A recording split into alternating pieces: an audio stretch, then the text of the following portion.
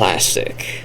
Plastic is a film directed by Julian Gilby, starring Ed Speleers, Alfie Allen, Will Poulter, Sebastian de Souza, and Emma Rigby, as well as this guy, who I have no idea, we're just going to call him the mobster. So the mobster, Will Poulter, Ed Speleers, I have no idea which is which here, so we're just going to call him the idiot and the lackey. And then there's Emma Rigby right here, right? Naturally, the 6 main characters, thankfully, are on the cover. They're on the cover of the case, so I don't have to worry about flipping it over all the time trying to find characters. This story is about a team of 4 Robin Hood type characters. Well, they're not all Robin Hood type characters. These two are. These two are in it for the money. But they form a team of 4 who end up using modern methods of identity fraud and theft and credit card stuff in order to obtain lots and lots of money. And this way that they get away with all this stuff is through the brilliance of Ed Speleers' character of Sam.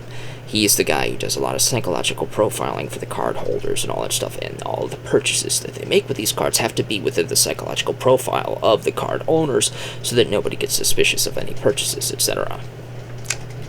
But naturally, these guys aren't necessarily smart in that department, and they end up making a lot of mistakes that end up getting the mobster involved, and they end up roping in this girl because he ends up liking this girl, but he also likes this girl. She doesn't like him. He ends up trying to sabotage the relationship. He ends up getting everybody in trouble with the mobster, and they owe the mobster $2 million, so they have to go steal some diamonds, $20 million worth of diamonds, and it actually pays off. They actually figure it out. They actually manage to do it. He causes problems along the way. He steals the $20 million from these two, thinking these two would get in trouble with the mobster, but the mobster, he doesn't realize, also considers these two part of the problem, so even if these guys get swept up, he's going to tell him that these guys got the diamonds, so he's going to come after these guys, and he's going to try to sell the diamonds, and so the Russians and these guys, they all kill each other, and then he tries to escape, their cars crash, he tells him to take the money, and he runs off with the money, he goes to jail for 2 years, he comes out, and they all go over their happy way, well, these two get to die, and that's the end of Plastic.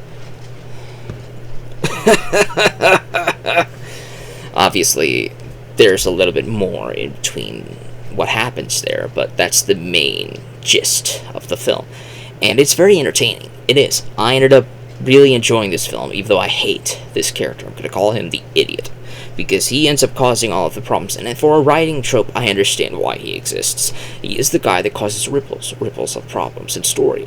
And the ripples end up impacting the characters surrounding him in order for a domino effect to happen, for things to happen. He causes things to happen. But the thing is that the believability of him as a character starts to be put into question when he makes some of these problems, when he makes some of the decisions that he makes.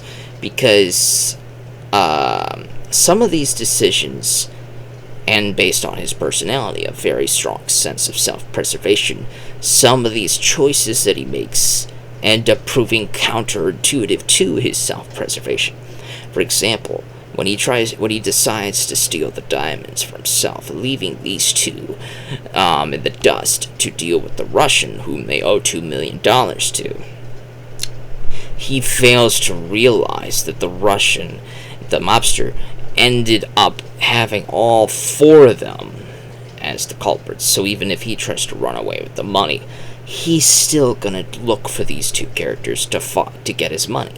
Because all Sam has to do is tell the mobster, hey, he's got your money. And so he's gonna go hunt him down and kill him. And that is precisely what ends up happening. And he ends up dying for his troubles. The believability of his strong sense of self-preservation comes into question for a lot of the decisions that he makes, and I think they could have been made a little bit better. I think you could have made his justifications for his actions a little bit more plain to see, explain some of his beliefs on how he thinks he could get away, even though the mobster holds him responsible for the money as well. He thinks, oh, I'm gonna sell the diamonds, make 20 million, and pay him 2 million to pay him off of my back, and you guys will be stuck with your own problems. He could have just said that, and I would have believed it, and that would be that. But he doesn't say anything about that. He expects to run away with all 20 million right off the bat.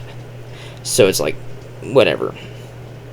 Either way, I would give this a C plus to a B minus. It is an excellent film, but there are some problems, mostly surrounding this character. But if you want to watch it, go ahead. I don't know where you could find it. You can obviously find it on DVD, but streaming-wise, I couldn't tell you where it could be found. But if you wish to look for it, I'm not going to stop you. It is pretty imaginative, and it is pretty fun, and it kind of demands your attention.